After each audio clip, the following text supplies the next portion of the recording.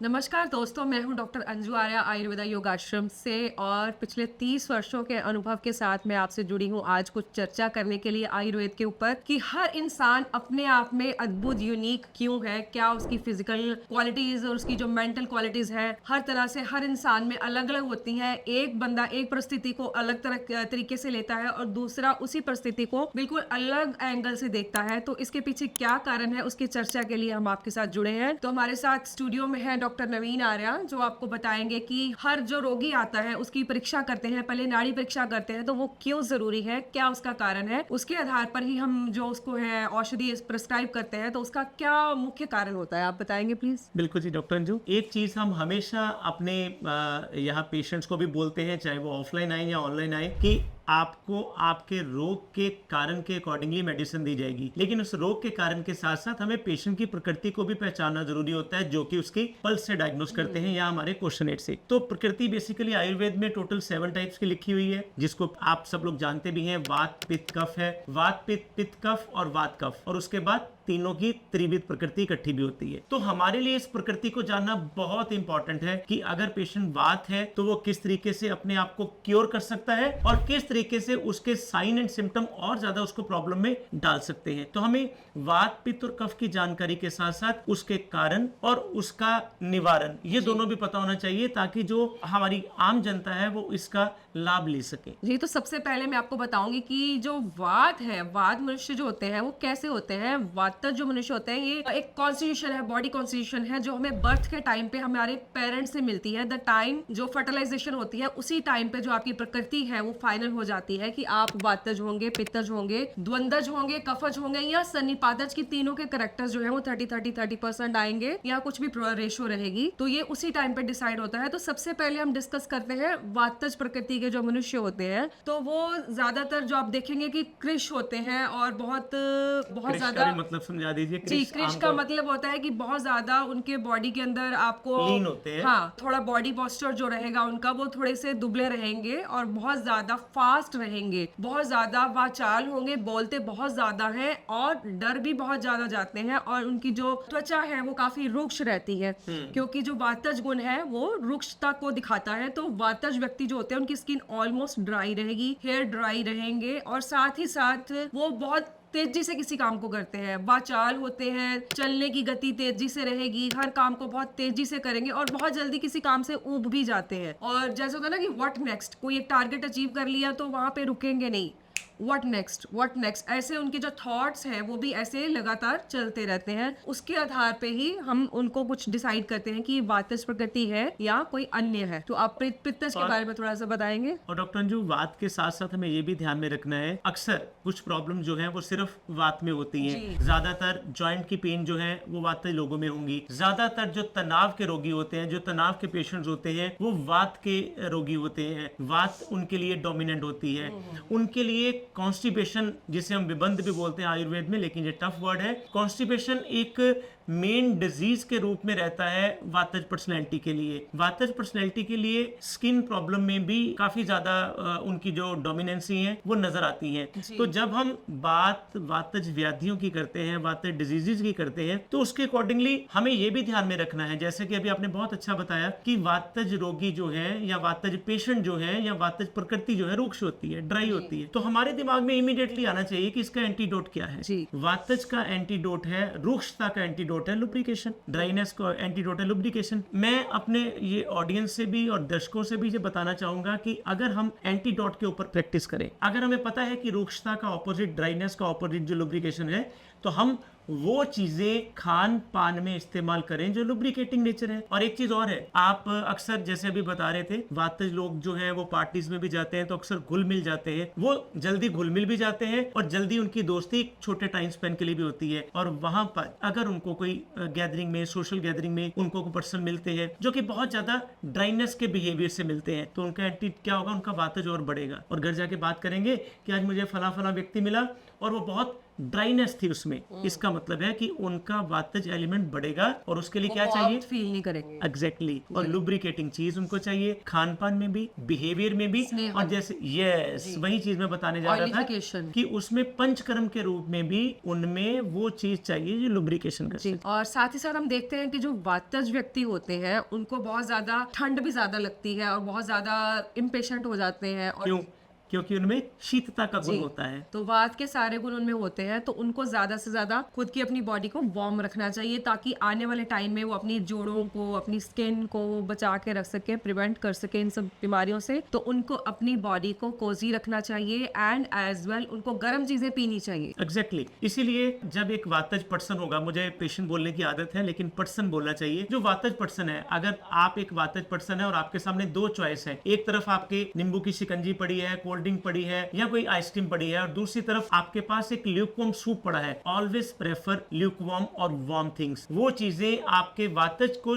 काफी ज्यादा सबसाइड करेंगी और आप इसमें अच्छा फील करेंगे। एक चीज और डॉक्टर अंजू इसमें मैं ऐड करना चाहूंगा, अभी आपने बताया कि बहुत ज्यादा वाचाल होते हैं, वाचाल का मतलब बहुत ज्यादा बोलने वाले होते हैं, उसी तरीके के साथ उनके अंदर जो थिंकिंग प्रोसेस होता है वो जरूरत से ज्यादा होता है, वो जरूरत से ज्यादा सोचते हैं, थॉट्स ज्यादा चलते हैं उनके। एग्जैक्टली और इसी वजह से उनमें तनाव की मात्रा जो है वो नॉर्मल पर्सन के मुकाबले में ज्यादा होती है। तो ऐसा हम कह सकते हैं कि वो लोग बहुत ज्यादा इमोशनल होते हैं। इमोशनल तो नहीं कह सकते, लेकिन वो प्रोन टू स्ट्रेस जल्दी होते हैं, वो एक बात को मन पर जल्दी लगा लेते हैं, और जब वो बात को मन पर जल्दी लगाएंगे तो इमीडिएटली हमारे दर्शक भी ये पूछना चाहेंगे कि इसका एंटीडोट क्या है, हम इसको किस तरीके से बेटर कर सकते हैं। जी। अगर जैसे इस कमरे में बैठे, इस कमरे में हवा है, वात है और वो मूविंग है, ये एक वात का पर्टिकुलर करेक्टर है कि वो मूविंग रहेगी, उसी तरीके से हमारे थॉट्स भी मूविंग है। तो अगर हमें इसका एंटीडोट चाहिए तो स्टिलनेस, और स्टिलनेस कैसे आएगी, हमारे आयुर्वेद में, दर्शन शास्त्र में, योग शास्त्र में एक चीज लिखी है, ध्यान, मेडिटेशन। जितना मेडिटेशन को हम अपनी लाइफ में लाते जाएंगे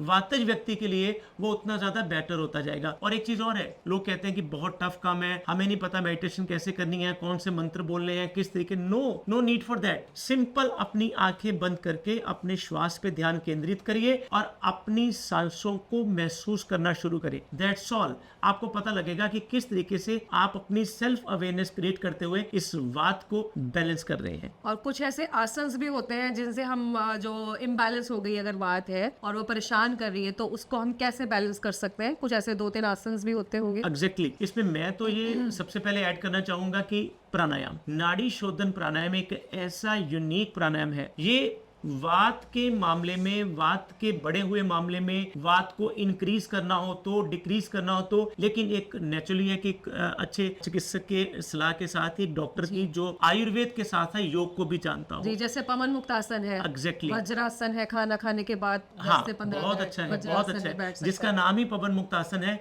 यानी कि वो पवन का मतलब होता है हवा, वो हवा को बैलेंस करने के लिए बहुत अच्छा होता है। भुजंग आसन का इसमें बहुत अच्छा रोल होता है, शलभ आसन का इसमें बहुत अच्छा रोल होता है। नाड़ी शोधन प्राणायाम के साथ भ्रामरी प्राणायाम और आंतरिक और बाहरी कुंभक प्राणायाम, ये सारे इसमें काफी ज्यादा रोल प्ले करते हैं। डॉक्टर अंजू एक चीज और भी इसमें आप ऐड कर सकते हैं, अगर जैसे हमारे दर्शक कई बार ये भी जानना चाहते हैं कि इसमें कौन सा ऐसा डाइट ले, आहार ले जो हमारे वात को सबसाइड करने वाला हो, खत्म करने वाला हो। जी, तो इसके अंदर हम बहुत ज्यादा जैसे कि घृत का पान कर सकते हैं। घृत का जो पान होता है वो बेस्ट ट्रीटमेंट बताया गया है जब वात का इम्बैलेंस होता है, प्रकोप होता है। तो बाय एनी मीन्स उसमें बादाम रोगन भी आप ऐड कर सकते हैं। बादाम रोगन भी है, घी भी है, तिल का तेल भी है। इसको हम इंटरनली भी ले सकते हैं, खा भी सकते हैं। और ऑयलिफिकेशन जो बाह्य स्नेहन है, इन दोनों चीजों से वो हेल्प करता है। और जितना आप अपने आप को गर्म रखेंगे, कोजी रखेंगे और खान पान की चीजें जितनी भी है वो एंटी वातज लेंगे। उसमें बेसिकली हमारे चावल आते हैं, जितने भी हमारे पास पेशेंट आते हैं जिनको वातज रोग होते हैं कैटेगरीज में, तो बेसिकली हम उनको जो डाइट सजेस्ट करते हैं उसमें हम निदान जो उनको बताते हैं, तो उसके अंदर हम सबसे पहले उनको कड़ी चावल, राजमा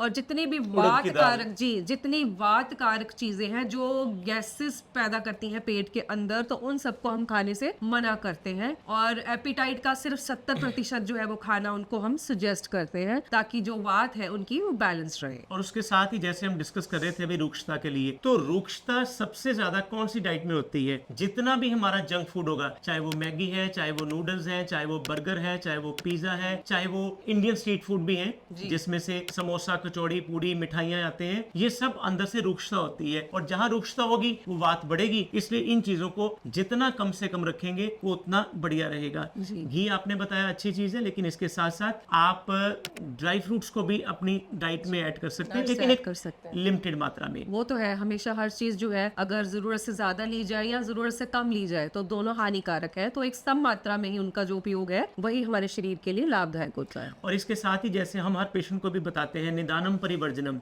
निदान का परिवर्जन करना, तो यही तो है जो हम बता रहे हैं। निदान यानी कि रूट कॉज को पहचानो, परिवर्जन का मतलब है उसको हम रूट कॉज को एलिमिनेट करें, उसके कंट्रेरी डाइट, लाइफस्टाइल। और हाँ, एक चीज इसमें और ऐड कर सकते हैं, काफी सारी ऐसी हर्ब्स हैं जो कि बनी ही एंटी वातज के लिए हैं, लेकिन अब यहाँ की प्रॉब्लम क्या आती है कि आजकल कई तथाकथित ऐसे आयुर्वेद के नाम लेने वाले व्यक्ति आ जाते हैं जो कि एक जड़ी बूटी को बता देते हैं कि दुनिया भर के वातज ठीक करेंगे। ऐसा नहीं होता है। वातज तकलीफें 80 प्रकार की चरक जी ने बताई हैं अपने चरक संहिता में, उसमें एक छोटी सी पेट गैस से लेके ब्रेन का पैरालिसिस तक भी वातज प्रॉब्लम में आता है। तो कब किस तकलीफ में कौन कौन सी हर्ब और कौन कौन सी औषधि, कौन कौन सी मेडिसिन आपके लिए बेनिफिट हो सकती है, उसके लिए सिर्फ आप एक एजुकेटेड क्वालिफाइड आयुर्वेदिक से ही संपर्क करें। अपने घर में अपने तरीके से कोई भी होम रेमेडी को आप आयुर्वेद हमेशा ना समझे। होम रेमेडी तब जरूरत है जब उसका स्टार्टिंग फेज हो। जी, तो जैसे कि हम जान चुके हैं कि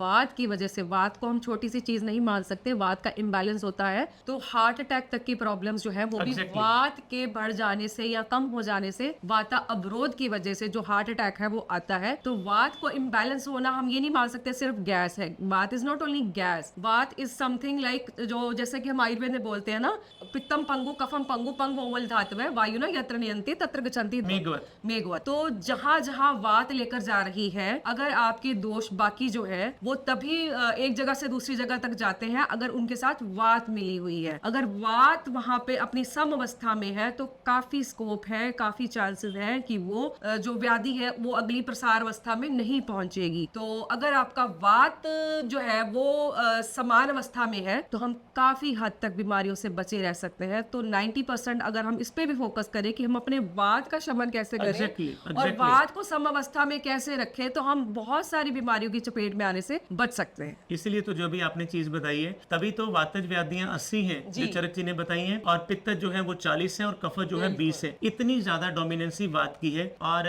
एक चीज और भी, 2-3 ऐसी रेमेडीज जरूर अपनी लाइफ में एग्जीक्यूट करें। सुबह नहाने के बाद अपनी नाभि पे सरसों का तेल जरूर लगाएं, ये भी आपकी बढ़ी हुई वात का शमन करता है। जी, इसके साथ ही हम बता रहे थे आपको, इसके पर चर्चा कर रहे थे कि वात व्याधियां क्या होती हैं, वातज जो है वो नाड़ी क्या होती है और कैसे कैसे उसका हम समाधान कर सकते हैं आहार से, विहार से, और उसको सम अवस्था में कैसे रखते हुए निरोग रह सकते हैं। इसके बाद हम अगली चर्चा करेंगे अगले एपिसोड में, जिसका की टॉपिक रहेगा, हमारा शीर्ष रहेगा पित्त नाड़ी, पित्त की जो व्याधियां हैं उसका कारण और उसका शमन। धन्यवाद।